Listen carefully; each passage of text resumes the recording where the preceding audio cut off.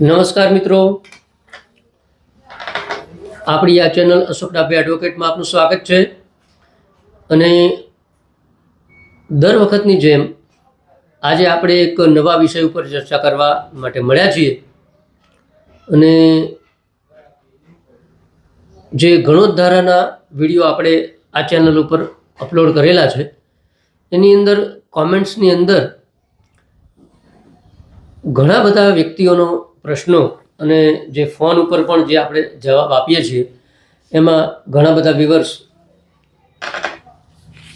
એક બાબતની માંગણી કરી રહ્યા હતા કે જ્યારે ગણોત ધારાની કલમ 32G અન્વયે ખરીદ કિંમત નક્કી થાય તો એ ખરીદ કિંમત કેટલા સમયની અંદર ભરપાઈ કરવી પડે, અને જો ભરપાઈ ના કરવામાં આવે તો એના કેવા પરિણામો આવી શકે છે, એ બાબતે પૃચ્છા કરેલી. અને એટલે આપણે વિચાર્યું કે 32G અન્વયે નક્કી કરેલી ખરીદ કિંમત કેટલા સમયમાં ભરવામાં આવે. સરકારે આ બાબતે ક્યારે ક્યારે જાહેરનામા પ્રસિદ્ધ કર્યા, ક્યારે ક્યારે સમયનો વધારો કર્યો, આ બધી જ બાબતો આપણે આજના અને આવનારા એક બીજા વિડીયોમાં એમ કરીને બે ભાગની અંદર આપણે એને સમજવાનો પ્રયત્ન કરીશું. કારણ કે મિત્રો, એક જ વિડીયોની અંદર આ બધી માહિતી સમાવવી શક્ય નથી. એટલે આપને વિનંતી છે કે આ સમગ્ર બાબતની સંપૂર્ણ જાણકારી માટે તમે આજનો વિડીયો અને આવનારો વિડીયો બંને પૂરેપૂરા જોજો, તો જ આપને સમજ પડશે. જો આ માહિતી સમજવી છે તો આપે આ વિડીયો જોવો પડશે. તો મિત્રો, આ બાબતની જોગવાઈ ગણોત ધારાની કલમ 32K, 32L, 32M અને 32N એમ આ ચારની અંદર કરવામાં આવેલી છે. મિત્રો, ગણોત ધારાની કલમ 32K ને ગુજરાતીમાં 32D પણ કહેવામાં આવે છે. તો એની અંદર મિત્રો જોગવાઈ એવી છે કે સમય તો કાયદાની અંદર સ્પષ્ટ રીતે નિર્ધારિત કરેલો છે કે તમારો કેસ ચાલ્યો કલમ 32G મુજબ, કૃષિ પંચ દ્વારા એ જમીનની ખરીદ કિંમત નક્કી કરવામાં આવી અને એની સાથે સાથે શરતો પણ કરવામાં આવી કે આ રકમ તમારે એક સામટી અથવા તો આટલા હપ્તાની અંદર ભરવાની રહેશે. તમે બધા જાણો જ છો આ બાબતે.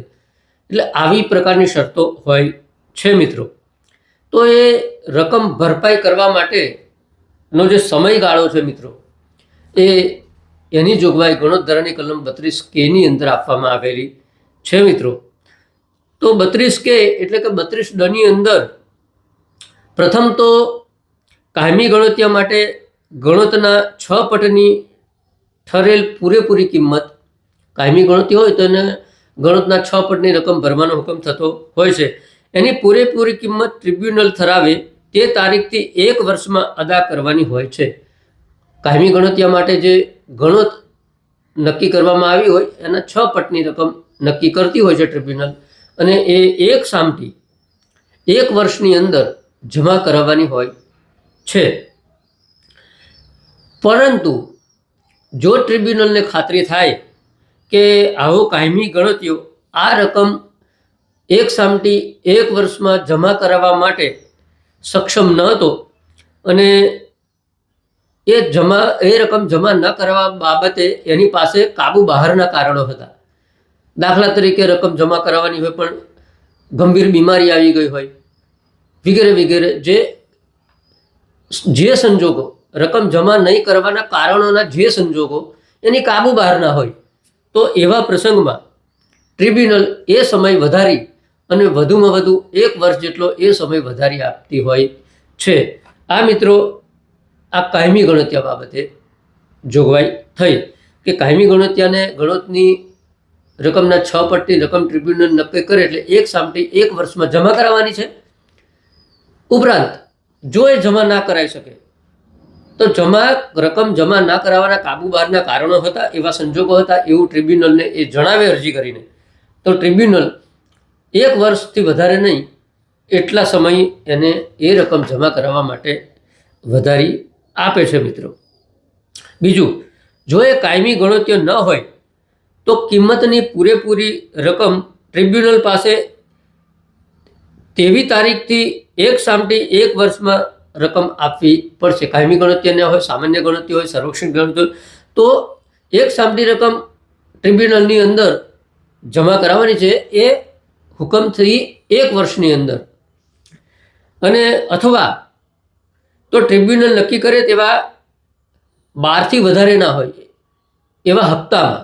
એટલે ટ્રિબ્યુનલ જો 1 સામટીનો હુકમ ના કરે, કાયમી ગણતરી ના હોય એવા ગણતરીના પ્રસંગમાં, તો એ 12 હપ્તાથી વધારે ના હોય એવા હપ્તા નક્કી કરશે. એટલે વધારેમાં વધારે 12, અને એની અંદર 4.5% જે દર છે એ સાદા વ્યાજનો દર નક્કી કરવામાં આવે છે.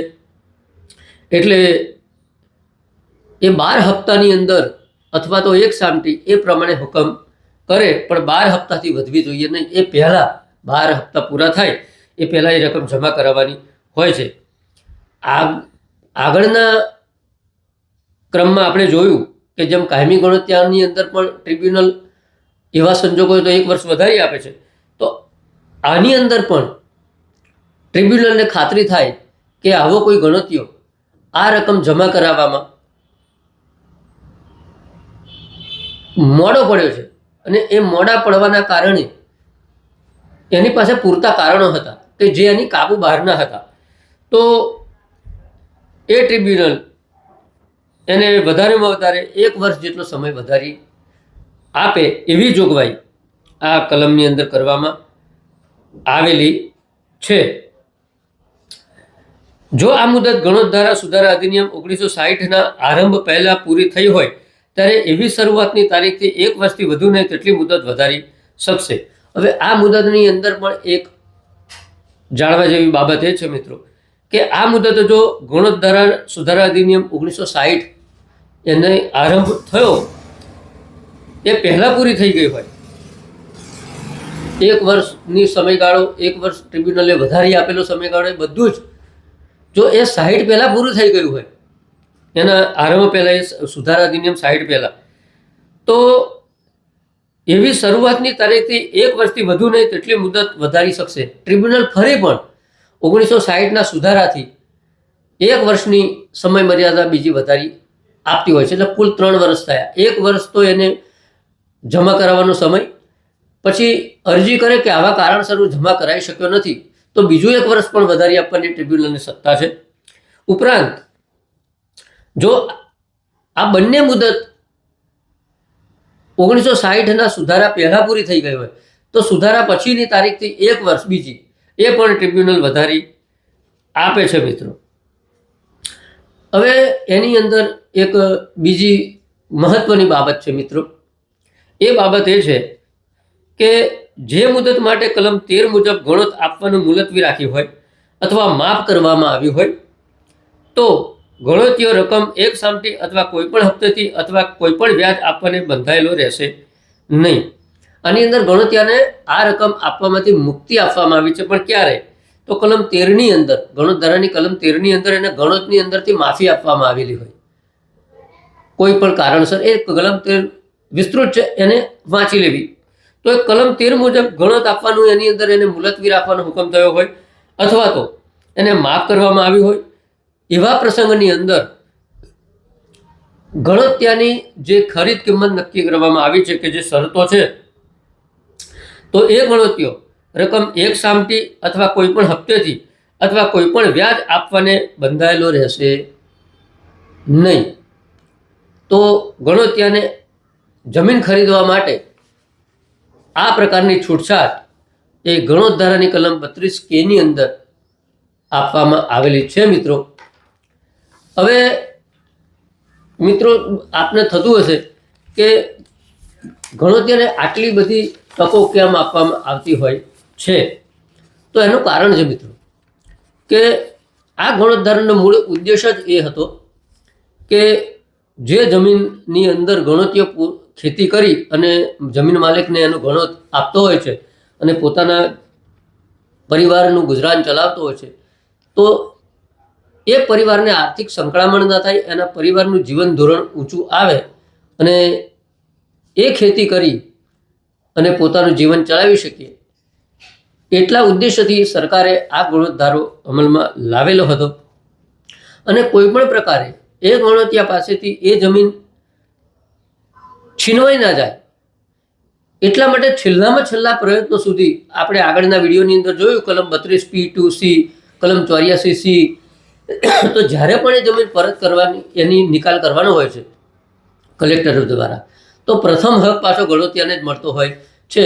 એટલે મોટા ભાગની જે જોગવાઈ છે એ ગણોતિયાના પક્ષની અંદર કરવામાં આવેલી છે કે જેથી ગણોતિયાને બને ત્યાં સુધી છેલ્લા પ્રયત્ન સુધી એની પાસેથી જમીન છીનવાય નહીં. તો આ પ્રકારની જોગવાઈ જે ગણોત કિંમત બાબતે છે એ 32K ની અંદર 32D કરી કે એક સામટી અથવા તો હપ્તાથી 1 વર્ષમાં જમા કરાવવાની, ટ્રિબ્યુનલને લાગે તો બીજું 1 વર્ષ વધારી આપે. 1960 પહેલાં આ બંને મુદતો પૂરી થઈ ગઈ હોય તો ફરી એક મુદત વધારી આપે. કલમ 13ની અંદર જો એવી જોગવાઈ કરવામાં આવી હોય, ગણોત માફ કરવામાં આવી હોય, તો એવો ગણોતિયો વ્યાજ અથવા એક સામટી રકમ કે હપ્તેથી એ આપવા બંધાયેલો નથી, એને માફી આપી દેવામાં આવે ટૂંકમાં એ રકમ ભરવામાંથી, અને એને નમૂના નંબર 9નું પ્રમાણપત્ર કાઢી આપવામાં આવે. પછી એની પ્રક્રિયા મુજબ ફેરફાર નોંધ પડે, એનું નામ અંદર દાખલ થાય પ્રથમ હકમાં, વગેરે વગેરે. તો આ પ્રકારની જોગવાઈ કલમ 32K ની અંદર કરવામાં આવી છે. એટલે ટૂંકમાં કલમ 32K ની અંદર આ 32G થયેલો હુકમ મુજબની રકમ ભરવા માટેનો સમયગાળો નિશ્ચિત કરવામાં આવેલો છે. એ આપણે 3 વખત રિપીટ કરી આપને જોઈ શકો છો. કલમ 32L કે જેને કલમ 32D પણ કહેવામાં આવે છે, તો કાયમી ગણોતિયો કે તેના વતી બીજો ગણોતિયો, સામાન્ય ગણોતિયો કે જે બી હોય, એ 32K ની અંદર જણાવ્યા મુજબ રકમ અનામત મૂકે નહીં કે જમા કરાવે નહીં, ત્યારે આ રકમ જમીન મહેસૂલની બાકી તરીકે વસૂલ કરવામાં આવે છે. મિત્રો, આપણે જેમ જમીન મહેસૂલ નથી ભરતા તો જમીન મહેસૂલની બાકી તરીકે વસૂલ કરવામાં આવે છે. પછી જમીન મહેસૂલની બાકી તરીકે એ જમીન શું કરવું, તો એ રકમ જમીન જપ્ત કરીને પણ વસૂલ કરી શકાય, જમીન મહેસૂલ અધિનિયમમાં જોગવાય છે. એ માટે જમીન મહેસૂલ અધિનિયમ જોવો પડશે. બીજું કે ગણોતિયો, કાયમી ગણોતિયો કે પેટા ગણોતિયો પૂર્વવર્તી કલમોની જોગવાઈ અનુસાર કોઈપણ હપ્તાની રકમ આપે નહીં, અને એવા હપ્તાની રકમ આપવામાં કસૂર થવાથી કલમ 32M કે જેને આપણે 32T પણ કહીએ છીએ, ખરીદી બિન અસરકારક થતી ન હોય તો એવા હપ્તાની રકમ પણ જમીન મહેસૂલની બાકી તરીકે વસૂલ કરી શકશે. આની અંદર કેવું છે મિત્રો કે પૂરેપૂરી રકમ કે હપ્તાની રકમ ગણોતિયો ભરપાઈ કરવામાં કસૂર કરે છે, તો એની કસૂર કલમ 32M મુજબ જમીનની ખરીદી બિન અસરકારક ના થવી જોઈએ. તો મેં આપને વિડીયોના શરૂઆતની અંદર જ કહ્યું કે આના માટે 32M પણ આપણે જોવી પડશે મિત્રો. તો આ વિડીયો પછી તરત જ એ 32Mનો વિડીયો પણ આપણે અપલોડ કરવાના છીએ. આપણે એની અંદર જોજો, ઘણો જ અગત્યનો વિડીયો છે, કારણ કે આ કલમ સમય મર્યાદા નક્કી કરે છે. ગણોતિયો સમય મર્યાદામાં રકમ જમા ના કરાવે તો એ રકમ એ જમીન મહેસૂલની બાકી તરીકે વસૂલ કરવાની હોય છે. પણ આ એની પેટા કલમ 32L ની પેટા કલમ 2 મુજબ એ જમીન એ ખરીદી બિન અસરકારક ના થવી જોઈએ કલમ 32M મુજબ, તો જમીન મહેસૂલની બાકી તરીકે વસૂલ કરી દેવાય. પણ જો 32M મુજબ એ બિન અસરકારક થાય તો પાછો આ જમીનનો નિકાલ એ કલમ 32P કે જેને કન્વર્ટ કરી અને 2011ના સુધારાથી 32PP તરીકે 32PPP તરીકે સ્થાપિત કરેલી છે, એનો પણ આપણે વિડીયો બનાવવાના છીએ. તો એ જમીનનો નિકાલ કેવી રીતના થાય એ વખતે આપણે વિચારીશું મિત્રો. અને 3માં પેટા કલમ 1 અથવા 2 મુજબ વસૂલ કરેલી રકમ ટ્રિબ્યુનલ પાસે અનામત મૂકવી જોઈશે. તો આ રીતે વસૂલ કરેલી જે જમીન મહેસૂલની બાકી તરીકે રકમ વસૂલ કરે તો એ રકમ પાછી ટ્રિબ્યુનલની અંદર જ જમા થાય મિત્રો. તો આજના વિડીયોની અંદર આપણે મિત્રો આપના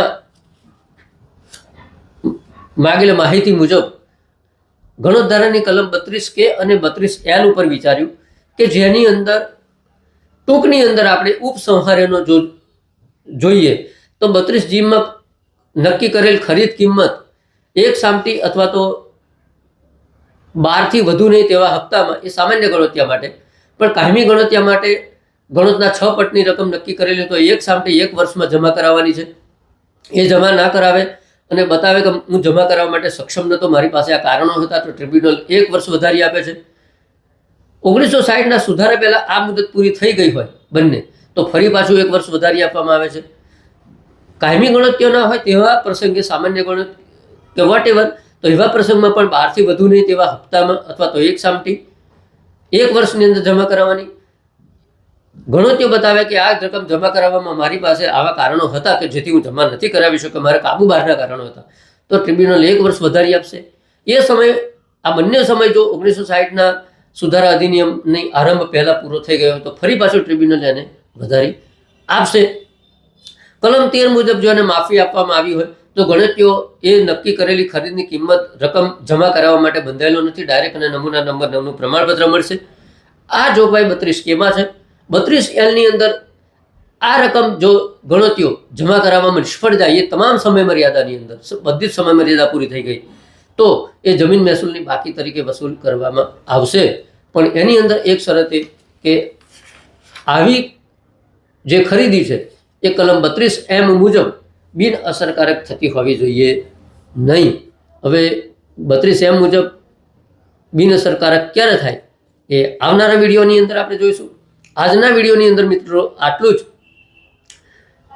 આપણે વિનંતી કે આપણી આ ચેનલ અશોક ડાભી એડવોકેટને સબસ્ક્રાઈબ કરો, બાજુનું બેલ આઇકોનનું બટન દબાવો અને નોટિફિકેશન ઓલ કરો કે જેથી નવા વિડીયોની માહિતી તરત આપના સુધી પહોંચે.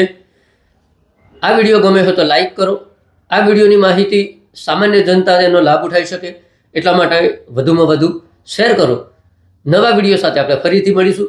ત્યાં સુધી આપનાથી રજા લઉં છું. જય હિન્દ, જય ભારત, જય સંવિધાન.